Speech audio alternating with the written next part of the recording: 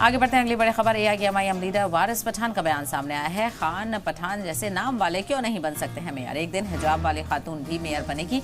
वारिस पठान ने कहा, नीतीश रानी के बयान पर वारिस पठान का पलटवार सामने आया है। आई लव महादेव बोलने वाला ही बनेगा मुंबई का मेयर। तो आपको बता सकते हैं BMC चुनावों को लेकर जबरदस्त तरीके से सियासत देखने को मिल रही है और सभी पार्टियों के बयानबाजियों का दौर भी देखने को मिल रहा है।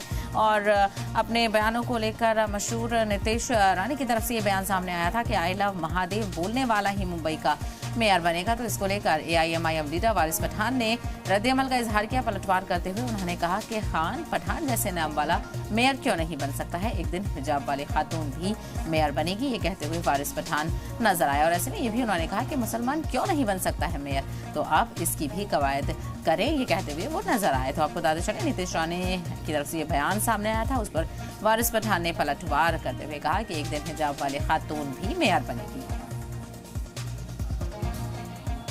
कि बीजेपी के मंत्री का ये बोलना है कि जो आई लव महादेव बोलता है वही बनेगा मेयर मुंबई का।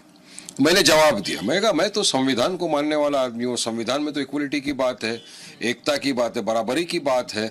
तो अगर वो आई लव महादेव वाला बन सकता है तो आई लव मोहम्मद सल्लल्लाहु अलैहि वसल्लम बोलने वाला क्यों नहीं बन सकता? क्यों कोई खान पठान शेख सैयद अंसारी कुरैशी क्यों नहीं बन सकता? बन सकता है एक दिन इंशाअल्लाह ताला। हमारी तो उम्मीद ये है कि हमारी मुस्लिम हिजाब पहनने वाली महिला भी बनने की मेयर।